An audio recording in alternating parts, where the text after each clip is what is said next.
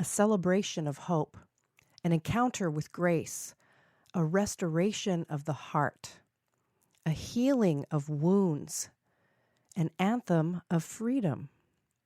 All Along You Were Blooming is the ultimate love letter from the pen of popular Instagram poet Morgan Harper Nichols to your mind, to your heart, to your soul, and to your body. Now, this is a description of Morgan's new book, All Along You Were Blooming, but I think it's an even greater way to describe Morgan herself. She's a hopeful, gracious, restoring, healing artist and creative. And we just happened to meet each other last year at a workshop, which you'll hear more about when we have our conversation. We've become friends over the course of this last year, and Morgan is an old soul in the best sense of that phrase. I always enjoy her presence because she likes to go there so easily.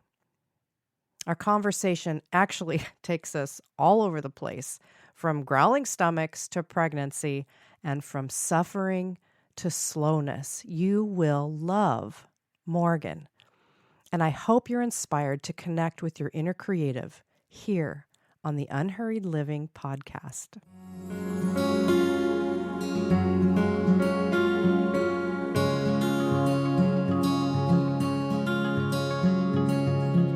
So today on the Unhurried Living Podcast, we have a special treat. Not only do we have Morgan Harper Nichols, but it's the first time I have someone live here next to me on the microphone. I'm the first, and there's no way I would have known I was the first. Like, I felt like I was like, yes, I'm at the studio. Of course, I'm at the Unhurried Living studio. Right, the studio's of Yes. Unhurried Living.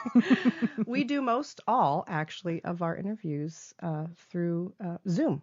Yeah. And so Morgan happens to live in the same city as me, Yes. which I cannot believe. So Just around the bend. I know, we're so happy. So welcome. My first in the studio guest. Yes, well, I'm honored to be here. This is really, really exciting. So happy to have you. I cannot tell you. We actually have to start this conversation by talking about how we met, which is actually more exciting to me than to you, because you probably don't even remember. I totally remember. I remember the whole thing. It just, I felt so, yeah, you just make me feel so warm and so welcome. I was like, oh, this is going to be such a fun day. I was like, I get to sit next to a new friend. Like, that's how I felt when we met. So Yeah. I totally remember. Oh, good. Yeah, we met at the Enneagram workshop Yep. in February of last year. That's right. With Chris Hewitt. And yeah.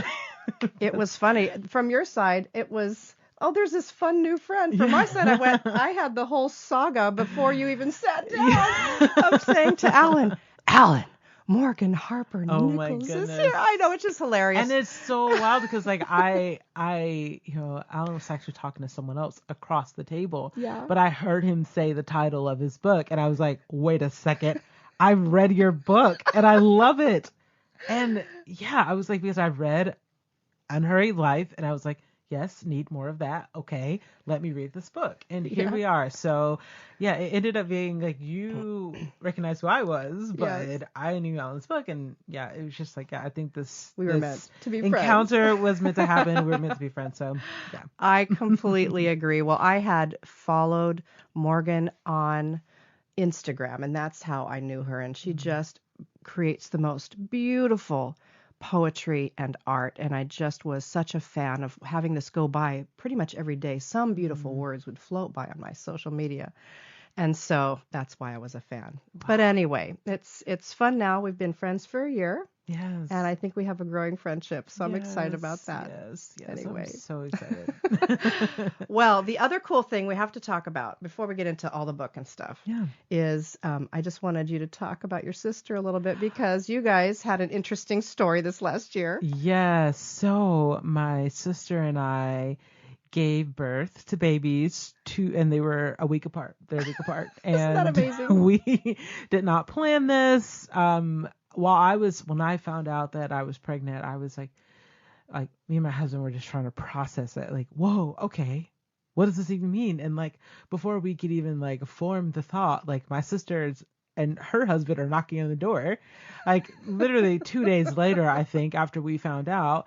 And they were like, guess what? We're pregnant. And we're like, this is no way. Like, seriously. So they have a little girl, we have a little boy, and they're already super close. And yeah, it's great. It's so, becoming a parent is obviously a whole journey on its own. So it's really helpful to have someone else there. Like, we were all out to dinner the other night and I forgot snacks for my son, and my niece was eating her snacks. I was like, hey, can we have some? Because they're the same age, they eat the same kind of way, they eat a lot of the same thing. So it's like, oh, like those little things, like that is really special to have. So that is. I just thought it was so fun and unique Yeah, that you got pregnant at the same time I and know, delivered at it the is same time. hilarious. I feel like that because I'm 2 years older than my sister, and I feel like the younger me, like say 10-year-old me, if 10-year-old me had known that, I would have been like, really? Like, wow, we're still doing everything together all these years later. And we have a lot of fun. So Oh, yeah, that's really fun. It's Well, I all had a good. chance to meet some of your family at your book Yes, release yes, party, yeah. and you have a beautiful family. Oh, thank you. Yeah, Thank so you. fun. They're good people. They are. Well, I wanted as well for you to talk just briefly about sort of how you ended up in California, because I know you used to be Yeah. on the East Coast. Mhm. What was the process that brought you out here? Yeah, so I was born in Long Beach, California, Okay. and Me too. oh, I didn't know that. Me too. Wow, awesome. We were born in the same place. We were. That's really funny. Wow, yeah. So, but I actually grew up in Atlanta, Georgia. That's where my mom was originally from, and my family moved back there to start a church. So I'm a preacher's kid, and I grew up in a little outside of Atlanta, Georgia, downtown Atlanta, a little outside. And as a kid, I would say things because we would come back and visit family, and I would always say things as a kid like, I'm going to end up back out here. And everyone's like, no, you're probably not. Like, it's fine in Georgia where you are. Like, you probably won't end up back out here. And even as like a 6-year-old, I was like, no, I think I am. Like, I think I want to get back there at some point. And we ended up, so I ended up living in a lot of different places. Lived in Nashville for a little bit, then lived in Dallas, Texas for a little bit. And we ended up in California actually because my mom has a chronic illness, and my parents were looking at possibly coming back out here part-time just for some different doctors and treatments and things. So when they were starting to have that conversation, I actually said, and this was around 2016, I actually just said to my whole family, like, what if we all just moved? And surprisingly, everyone was like, huh, what if we did? And off we all went. So at the time, I'm me and my husband Patrick, it was two of us. It was my sister, she was single at the time, and my parents, and we all just headed west.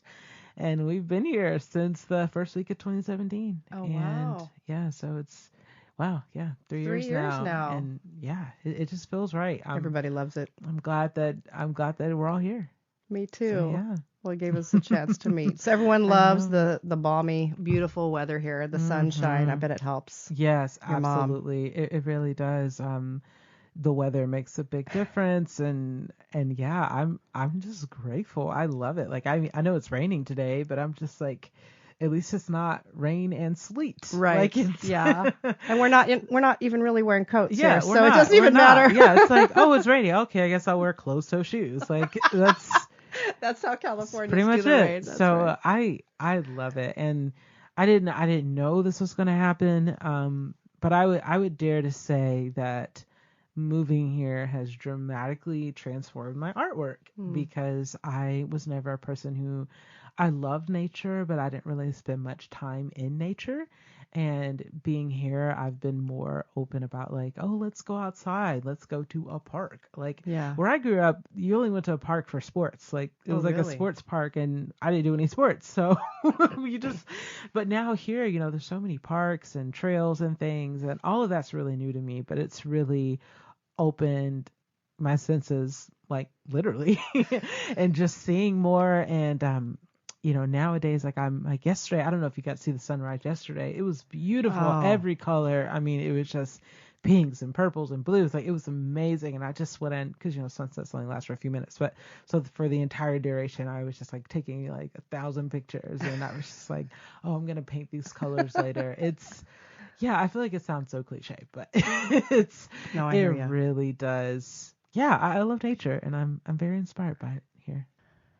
Well, moving into the title of this episode, which is "The Most Personal is the Most Universal," which I know at least Henry Nouwen was at least one person that said that. Someone else may have said it as well. But there's this universality of our shared experience as human beings. Yes. And that is what I think of when I think about your poetry. So I know that you kind of started this, am I right, where people would email you and you would just a piece of their life, a story, and you would sort of take it in and it would sort of emerge from you as an answer to them, but it turned out to have some quite poetic language. And that's what you sort of started to turn into your art. Is that right? Yes. I'd love absolutely. I'd love to hear about that process. Yes. So I actually wrote this poem from a place of my own suffering. I was struggling. I was 26. And I was I was in a place where I had been in the music industry for a few years, and I was doing work that I was really proud of. I had opportunities that I'm still so grateful for. And at the same time, my husband and I were living paycheck to paycheck, and we were both doing lots of freelance work and independent contractor work. And it was just getting to a point where it's like, how much longer, how much longer do we have to live in this like constant trying to figure out what's next? Like, when do we get our thing? We know that we're hard workers. Like, we know that we know what our skills are. And at the same time, while I'm struggling with that, I'm also struggling with I'm like, well, who am I to struggle? I'm like, there are people with way worse issues than what I have. Like, who am I to complain about this? Like, there is a roof over my head, and it's like, yes, I may worry about it every few weeks. But it was like, who am I to complain? Who am I to worry? So really kind of suppressing a lot of that, because I was just like, no, I should be fine. Like, I should just keep working harder and don't get down on myself, and not allowing myself to really sit with those feelings and to just really kind of try to push them down. So, I think many of us learn in life that you can only push stuff down for so long. That is true. And eventually it comes up in many different ways. And for me, that came up through poetry. I sat down one night at the end of November 2016. Yeah, November 2016. I was just kind of like, wow, this year I've been through, there's been so much that's going on, and just feeling failure and feeling all of those things. I was 26. I can't remember if I mentioned that. And I wrote a poem about it, essentially, just all of those feelings. Like, I think it's funny too, because it's like, here I am essentially thinking, wow, maybe I should give up creativity. So it's like, well, what do you do about it? You write a poem about it. That's what you do, apparently. Right, that's your gift. So I was like, gosh, that's such a Morgan thing to do. So I wrote this poem, and the poem begins with, when you start to feel like things should have been better this year, remember the mountains and valleys that brought you here. And the poem ends with, it ends with talking about, like, what you've done is not in vain. You are not the same. You are wrapped in endless, boundless grace, and things will get better. There is more to you than yesterday. And I remember writing that and thinking, right after I read it, I was like, cool, but I'm not sure if I believe that right now. It's like, sounds good, but I don't know if I believe it. So I ended up, it's interesting though, I still ended up feeling like I needed to share it. Like, even though, like, it was just sort of like, it really did feel like it was what God was trying to tell me, and was just using me to tell me what I needed to hear. Right. And for some reason, I was just like, I feel like I need to share this. So I was going to share it on Instagram, but I was like, no, like, there's too many people over there that I know, and that's just too vulnerable. So I ended up sharing it on Pinterest, which I was just using it personally. I didn't have like following or anything over there. And ended up finding out that following January that it had been repinned over 100,000 times. Wow. And, I would love to say in that moment that I looked at that and said, okay, God, like, thank you for this wonderful opportunity. Like, now I know my purpose, my calling. I know what I must do in life. But I was actually very cynical about it. And I was like, you know Really? what? I was like, things go viral all the time. I was like, you can't create a sustainable living off of, a viral poem. Like, this is silly. Like, and I just completely just disregarded it. And shortly after that, I started to have this, which I feel like this is the biggest turning point in of all the turning points I've had. Like, this was like by far until this day, it is the biggest turning point. It is the bedrock of what I do now. And I started to get messages from people who had encountered this poem, many of them young people, many of them young women, and they were saying, and teenage girls, and they were saying things like, last year was the worst year of my life, and here's why, and here's what this poem meant to me. Thank you for sharing it. And that brought me to the ground, because it was like, all this time I've been trying to take my creativity because of, societal pressure, because of all these things, like, to turn it into a business, to turn it into a successful brand. I've been trying so hard to take my gift, to take my creativity and turn it into something and climb a ladder. And I forgot to just be around, to just be with people, and to make art for people, and to make things for people who are right in front of me. And one person at a time. It doesn't take reaching the masses for it to matter.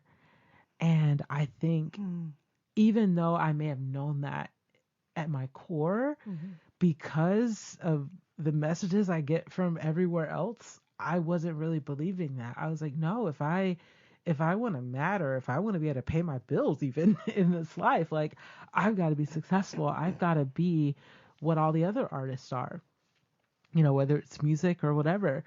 So receiving those messages from these young women, especially, I mean, I was receiving from different kinds of people, but it was the teenage girls who were 10 years younger than me. Really? That I was like, oh, that's who I'm writing for. Yeah. It's like, I'm not writing for some table filled with men in suits, somewhere who say, okay, we'll give you all this money to make an album. I'm like, I'm not writing for them, whoever they are. I was like, I'm writing for her. That's who I'm doing this for. So I started to, in 2017, shortly after we moved here to California, I just started experimenting. I was like, I don't know how I want to connect with this person, or what tools I'm going to use, but it's going to be something, and it's going to be something creative. And I was like, this might end up just being like a side project. Like, maybe I'll end up doing something else with my life, and this is just something I do on the side. So in October 2017, that's when I actually said, I actually posted on my Instagram, if you would like for me to write something just for you, your story, send me a message. So it took from January to October to kind of figure out how this could actually work. Like, I was just trying a lot of different things. So yeah, and I was just overwhelmed by the responses. Like, at the time, I didn't have a ton of followers. I mean, I had a few thousand, but it wasn't like a really engaged, connected community. It was just kind of like people, because I had been sharing music and engaging a lot on social media and things. But yeah, I started to get a lot of messages from people who I didn't even know, people who didn't even follow me or have a clue who I was. They were just like, I heard you're an artist making things for people. Like, can I just share my story with you?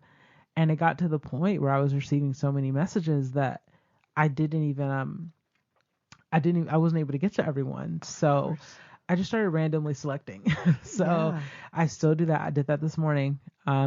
Really? I wake up. You're still doing it. I'm still doing it. Oh, wow. I thought it would be a side project. I thought I would do it for like a couple of weeks. Like, that was October 2017. But is that still then the heartbeat of what you're doing on Yes. Instagram? When we see those answers, they're answers to a person. Absolutely. Oh. Yes. I've started to incorporate some that are answers to like different versions of myself. Yeah. Yeah. Because that is one of the cool things that's happened with this as someone who has really struggled to be very introspective, especially when it comes to how I feel about things. Like, it's not something I think about. Oh, I just said think about feelings, but I understand. How do you feel about that? Let me think about that. Yeah, let me think about how I feel about it. So by listening to, like, I feel like I learned just as much from others that are the stories that people send me. Like, when it's like, again, like, younger people really teach me so much because we forget what we've been through. Like, we forget, like, oh yeah, when I was 17, that was stressful. Yes. It was like, it was stressful to see all of my friends go to more prestigious universities than me. I was like, now I'm like, oh, I wouldn't even think about it. But I'm like, oh no, that was a big deal. Right.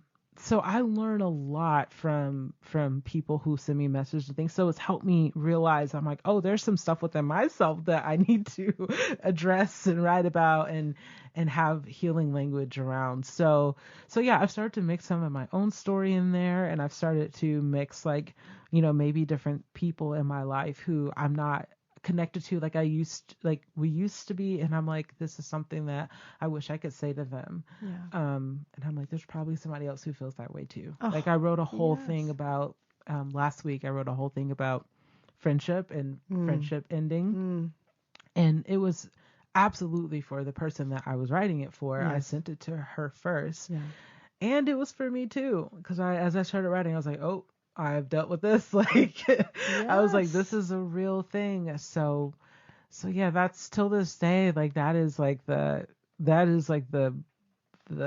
connecting thread in this. And it's like, on one hand, I feel like it seems like a random project that I just came up with, but on the other hand, I'm like, I feel like it's so simple. Yes. Because I'm like, oh, that's what it is. It's just us talking to one another. Like, that's how our book should come about. That's how our business ideas should come about. It's just like, how can I serve the person or next to me? How can I just be around and just be present and yeah. So this is just one way of doing that. So I always like to say that, because I think that sometimes it's like, oh, like, well, I don't have a project idea like that. It's like, you do though. Like, we do have ways that we can creatively be present with others. So I love what you're saying about just the one in front of you. It's kind of very Mother Teresa. She would always say, go home and love your family. Love the person in front of you. And I think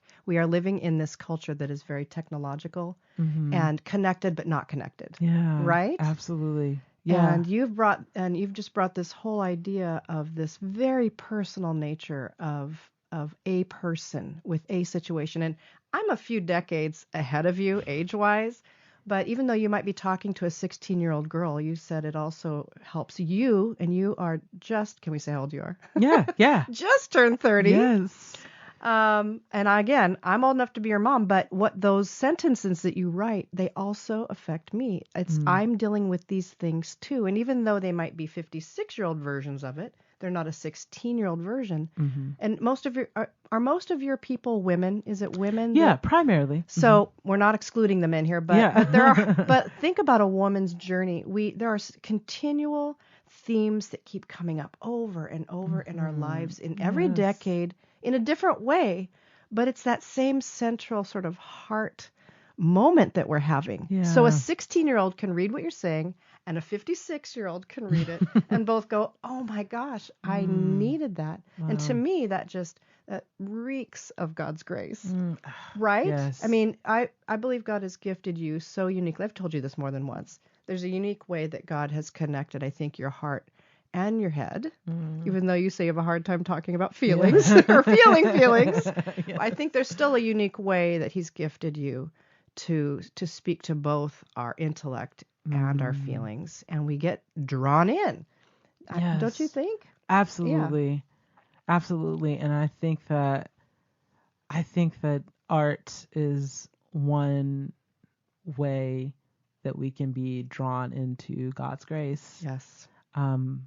Because it's, when you think about how most of us or many of us experience art, it's like something that we like, whether it's, and I use that term broadly, but I'm including music, I'm including, Sure. it's like we often happen upon it, it's like your favorite song. You probably weren't looking, you probably didn't Google favorite song, It's like you just happened to hear it one day on the radio, or happened to hear it on the soundtrack, or happened to hear it, in some other place. And I'm like, that's grace. Like, Yes. it's like I wasn't even looking for an opportunity anymore to share my art on a global scale. I wasn't looking for it. In fact, I was about to give it up. Isn't that And something? Grace said, yeah, it's still in you though. Yeah.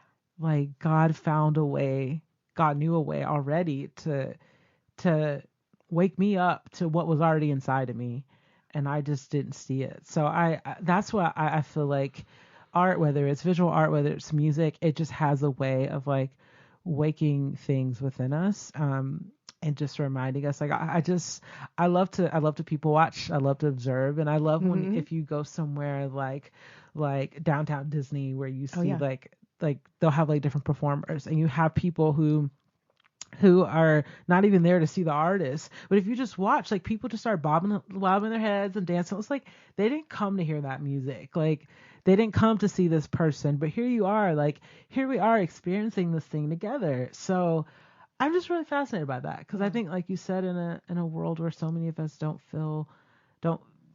so, oh, sorry, stomach growled there. Hopefully the That microphone. may be TMI. I don't even know if the microphone didn't heard pick it. that up. I heard it though. But shared Keeping it- experiences. I'm sure I'm keeping not it the only real. person who had a stomach growl at a random time.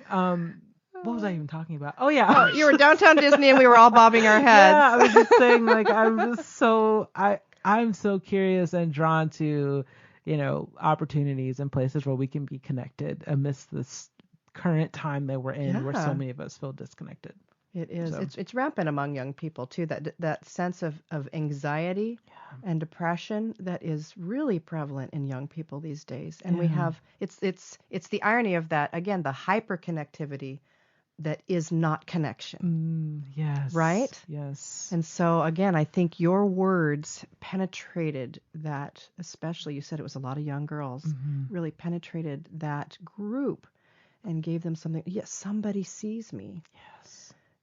So huge. it is really huge. So why don't we turn here, since this is Unhurried Living, I have to, of course, ask a question about hurry and or slowness. And actually, a while back, you posted some new memes. I knew they were new because you've been sort of branching out in the way. It used to be just shapes and colors, and now I'm seeing like silhouettes every once in a while and other stuff. It's kind of fun. But you were talking about slowness in your life, and there were 4 memes in a row, and I'm just going to read what they said, and then I'd love to have you talk to us a bit about slowness in your own life and how does it inform your creativity or your art. So here's 4 sentences that were on some memes. It said, it's okay if it takes time for this mountain to be climbed. There is no shame in a slow climb. Even at a slower pace, life can be meaningful all the same. Never let this ever hurried and anxious world fool you. You have not missed out on what was meant for you. It's such a good word. So I'd love to know how this came from you, maybe even a little about who it was for, if you can, and then how that whole idea informs you and your creativity. Yes. I write about slowness a lot because it's something I'm actively practicing all the time. I feel like I think really fast. I can process thoughts fast. I read fast. Like I do a lot of things quickly. And having my son last year, who's 9 months now, that was a season postpartum where I had to move slowly, and that was challenging for me because I'm someone who has been relatively physically healthy in the sense of like I haven't really had anything like medically or anything that's happened that would cause me to slow down in life. So I take it for granted, I take it for granted that there's so many people out there who have like involuntary slowness. Like Yeah. they're not wanting their lives to be unhurried because they're not wanting to be in the hospital bed. They're not wanting to be on the couch. And I forget about those things as someone who's just like, oh, just get up and go. I have a car. I have a way of getting around. I can do whatever I want to do.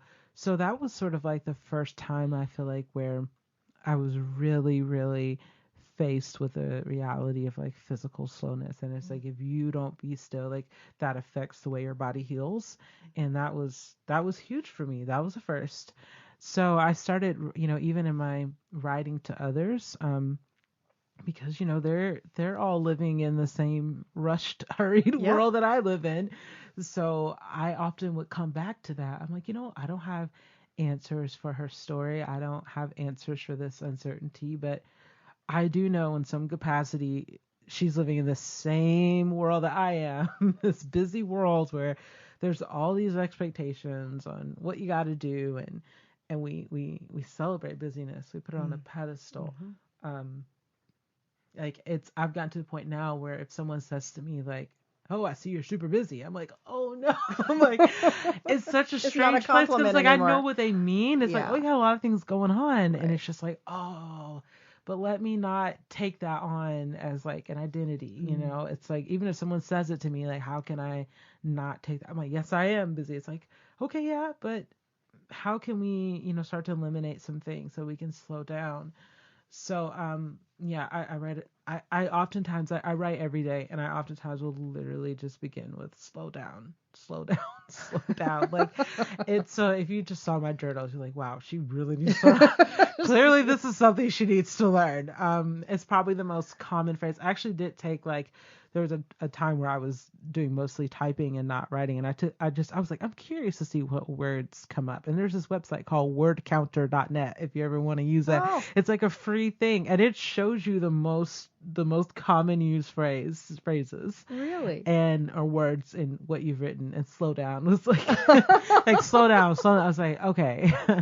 So I was like, of course, like, I feel like my ego wants to say like, oh yeah, it's showing up because that's something I've mastered. I'm an expert on it. But it's like, actually, it's quite the opposite.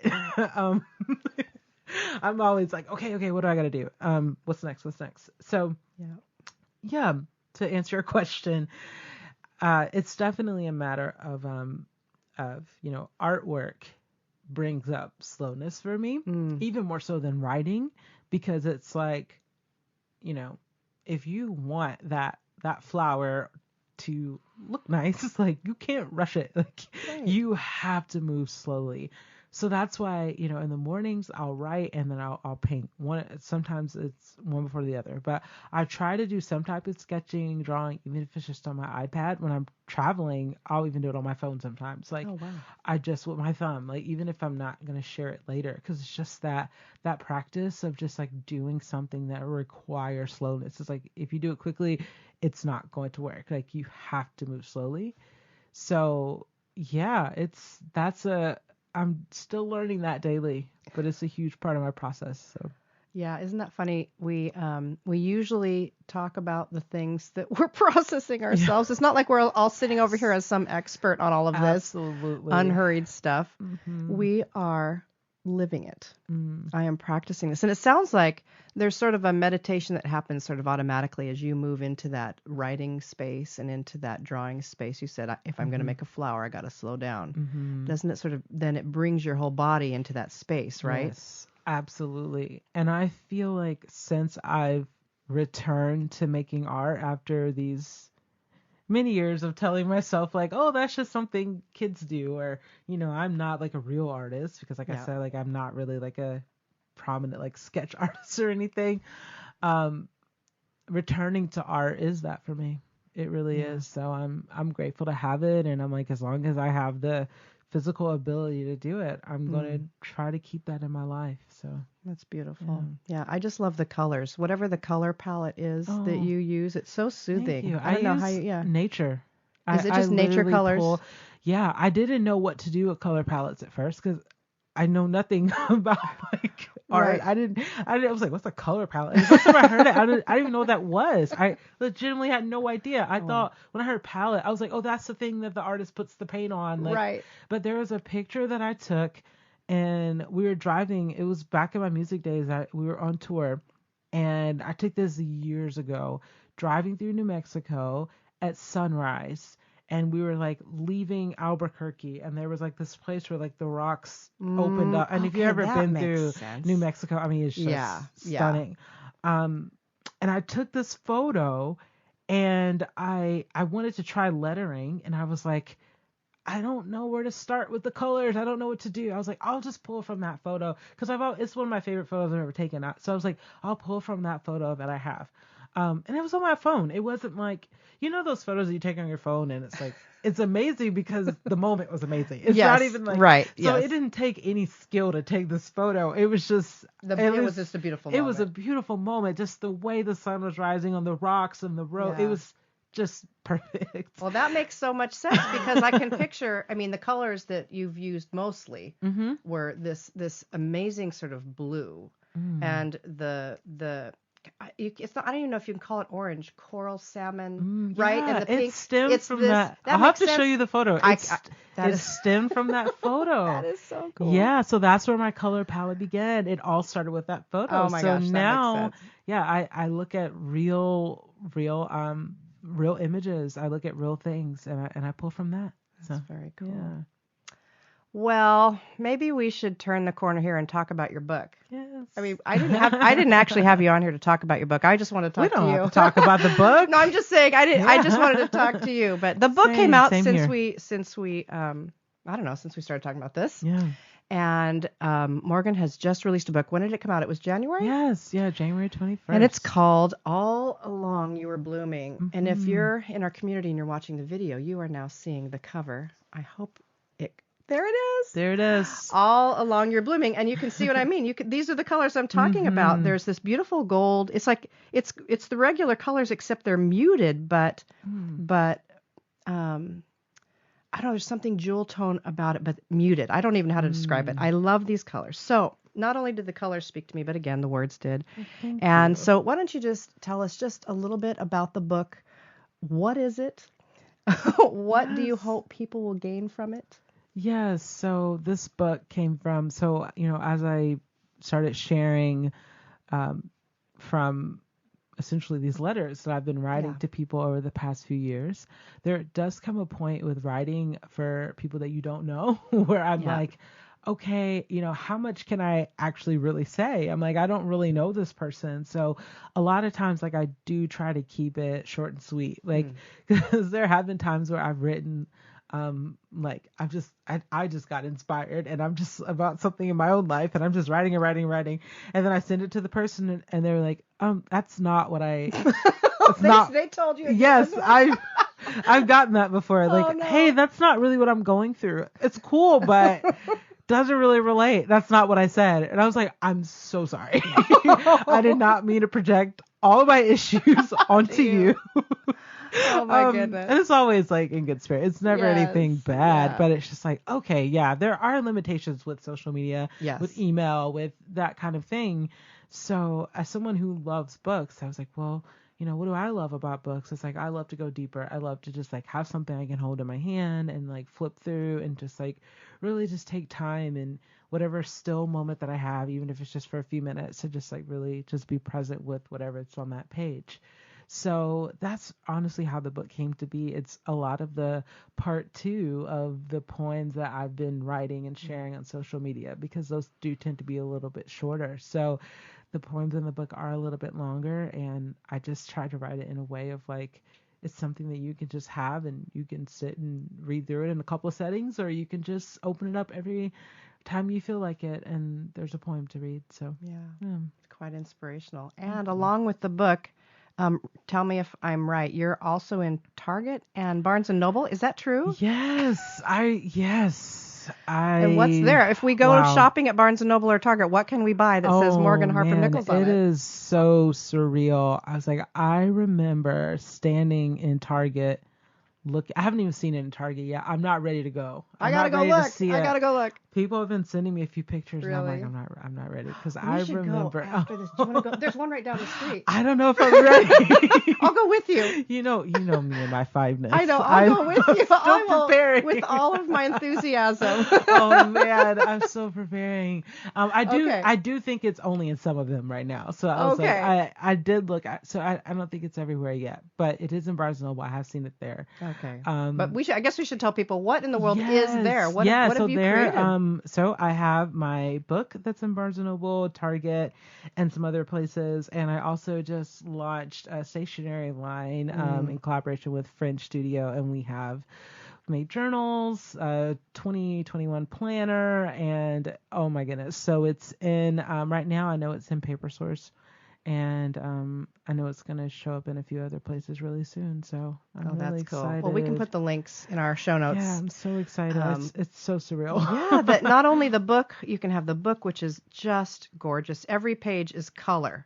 There's no white. It's all beautiful color. Yes. And if you love what you see, you can have calendars and journals and all kinds of things. So that's very cool. I just could not be more happy for you because I don't think none of this was happening when we met. Nope. And this last year for you has just exploded, and it's been such a joy to watch. Thank you. I'm so grateful. It's been a year of growth in so many ways, and I'm just, I'm like excited and nervous about what's next because I'm like, where do you go from here? Right. So that's why again I just keep talking about slowing down and just being present and not worrying about all of that, just taking it day by day. So that's good advice for all of us because we can really only do that. Yeah, that's very true. And in most cases, we can really only go moment by moment. Yes, the grace that we need for our lives is happening right now. It's not even happening at 5:00 today. It's happening right now at whatever time it is, 1:00 for us. It's so good. Isn't that true? It's so true. It's happening now. Yes. So, well, Morgan, thank you. I hate to end this conversation, but thank you so much for being our very first in-person, in-studio. I'm so honored. Studio. Seriously, this is legit. And we got the rain in the background. I know. I don't know if you guys can hear the rain coming through the microphone, but there's a California rain happening right now. We love it. I love it. Yeah, I love it. We soak it up. So anyway, thank you so much for joining us. Thank you. So what did I tell you? Isn't Morgan the best? I wanted to say right away that I was mistaken in saying that all of her products are at Barnes & Noble and Target. We're actually unsure of the release of all these items that we talked about, but you can for sure get her book at both stores and anywhere where fine books are sold. So, speaking of books, I don't think we've talked about this yet, but Alan's first book, An Unhurried Life, has been revised and expanded and is being released on April 7. So here's the cool new stuff that you're going to want. It's in hardcover, so it matches our other books. It actually has a new cover, a new preface from Alan, a new small group guide, which makes it easier for you to use in your groups. And there's a new appendix with ideas for ways to spend 5 unhurried minutes with God in the midst of your busy day. You're definitely going to want to pre-order this revised version of An Unhurried Life. So get to your favorite bookseller and pre-order it now. And one thing we're doing that's different is we're recommending that not only do you buy one for yourself, but purchase an extra copy and give it as a gift to your pastor, your mentor, your coach, or your spiritual director, whoever's influencing you. Share the love with all the leaders in your life. Again, it's An Unhurried Life, and it's the revised and expanded edition. So pre-order today. And as always, we love connecting with more and more friends like you who want to rest deeper, live fuller, and lead better.